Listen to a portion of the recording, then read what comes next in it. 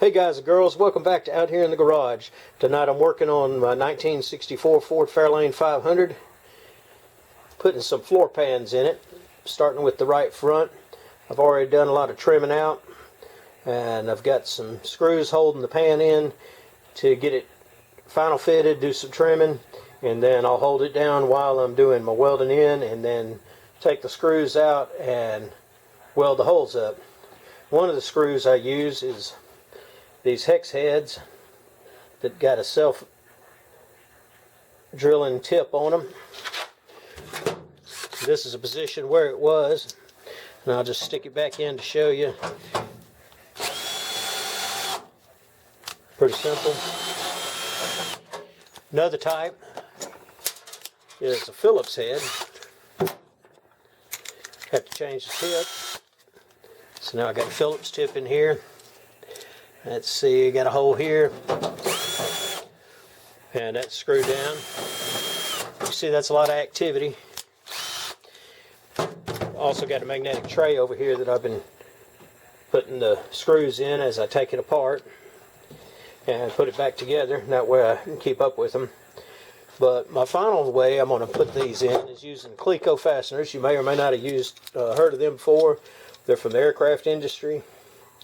And you drill a hole about the size of that smallest tech screw, and then this kind of has a plunge fit thing with the tool. So you put it in the hole, release it, and it stays. And that holds just as tight as any screw will. And so that's going to make life a little bit simpler as far as that goes. Let me take out a few more of these screws and I'll show you what I got under here. But in the meantime, let me show you this here. You see the rusty part of the pan here. This is stuff that I've already cut out.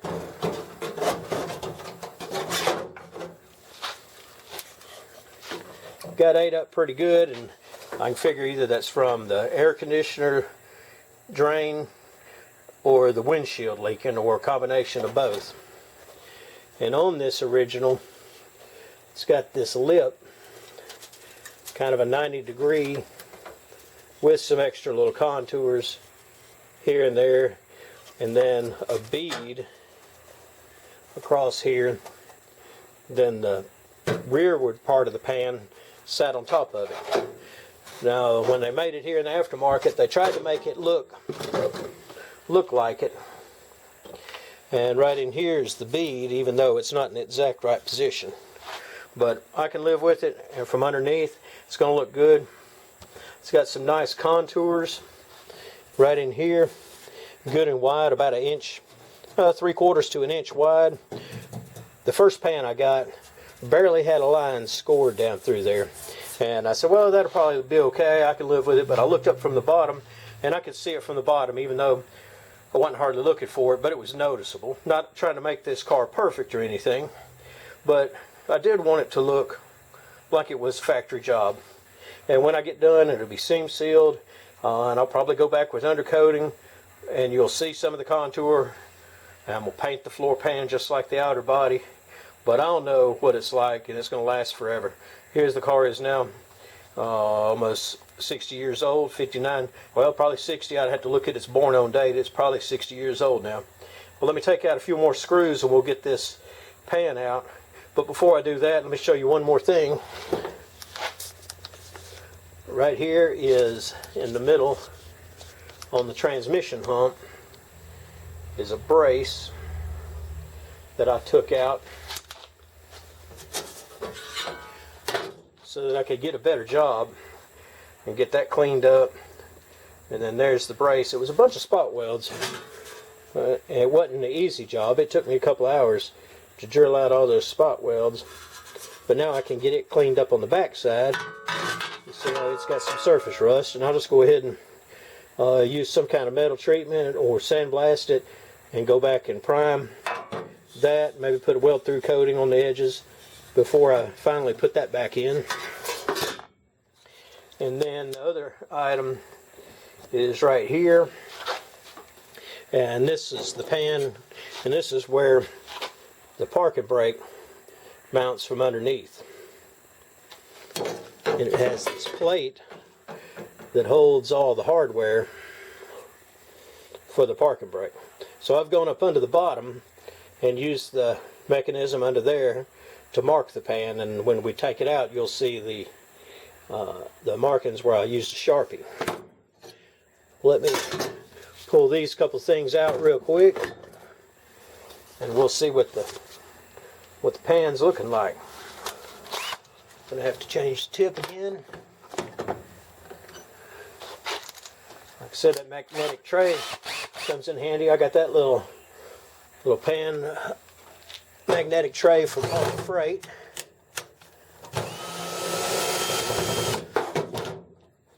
What I'll call the good floor pan. This one here you see, and the toe board. I got these from Auto Crafters after trying to go cheap and ordering some cheap stuff off of eBay.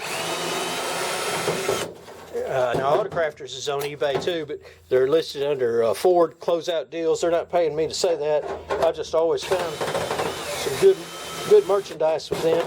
They got a good selection of stuff for the 64 Fairlanes. They've been good with all the Fairlanes. So I know the National Fairlane Club of America, a lot of people in there support them, and they're glad that they're out there.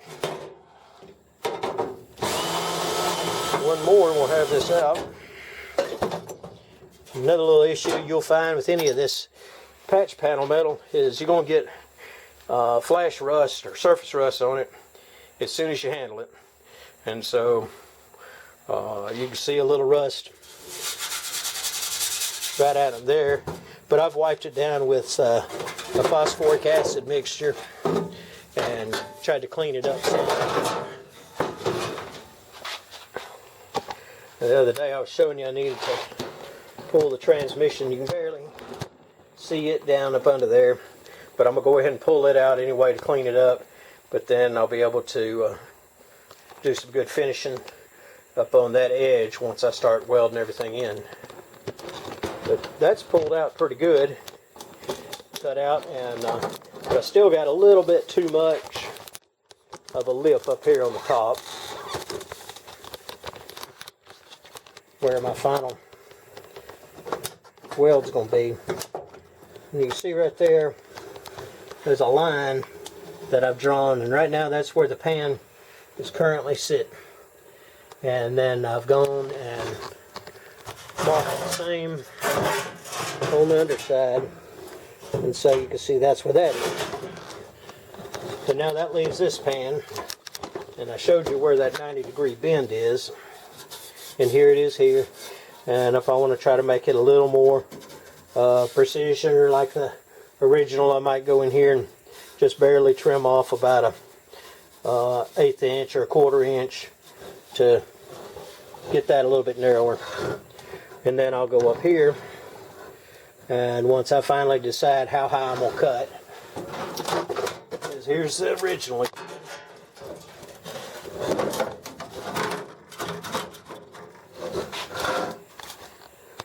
And you can see there where it's sitting. And okay, it's sitting down in the grooves. And so that's what I want to do, is try to make this all flow real nicely right up in here. And so I might come down just a little bit more where I can get a good nice weld. And over here on the edge, I cut off any flange that it had.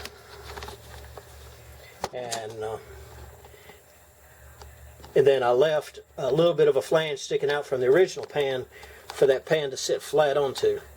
And that way I know I'm getting a good edge there.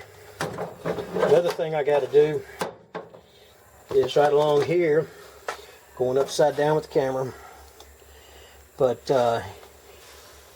rocker been bottomed out, and so I got to do some hammering and dollying, maybe weld up a little spot on it.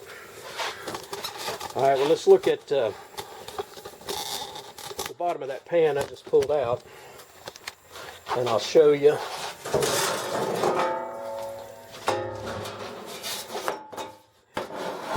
Here's the markings for that parking brake. And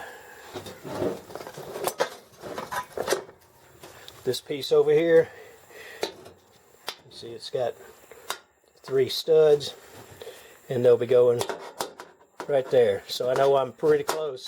So I can go ahead and center punch that and drill it out. Look at it one more time and then go ahead and drill those holes, and I'll be able to attach that brake like it was supposed to be from the factory. Alright, well you see I got my work cut out for me. So it's time to do a little more trimming, a little more grinding, a little more wire brushing. That transmission tunnel had a lot of pitting and some rust, and I don't know that I really want to get any sand in the car right now, so I'll probably come back and do some rust treatment on it. But any of those rust treatments, once you've used them, you got to grind that down good so you can get a good weld. Well, that's what I'm working on, and hope you all watch some of these videos as I work on this car. I'm definitely going to be taking this car all the way through, and so if you got any questions, you want to comment about it, go ahead, tell me what you think. You might not like the way I'm doing it, but I tell you what, every time you give 10 people the same parts, same car, same tools, and you're going to get 10 different results. So I'm going to do what works for me. You see right here, I left a little bit of a flange here, and there's some brackets welded in here that's reinforcements for the seat right here. And so that's why I stopped right there. I didn't want to get cutting into there, and so I left it. That metal's solid. It's going to get some weld through coating on it before I do my welding. That's definitely going to be a lap joint. That's going to be strong. These others may be butt joints. You'll know when I know, really, when I decide to start welding, exactly how I'm going to do it. But it's going to be good when I get done. It's going to be just as good, if not better, than what the original was. Well, back out here in the garage, like us and follow us, and should say me, although I might seem like I'm more than one person sometimes. Thanks for watching. Bye.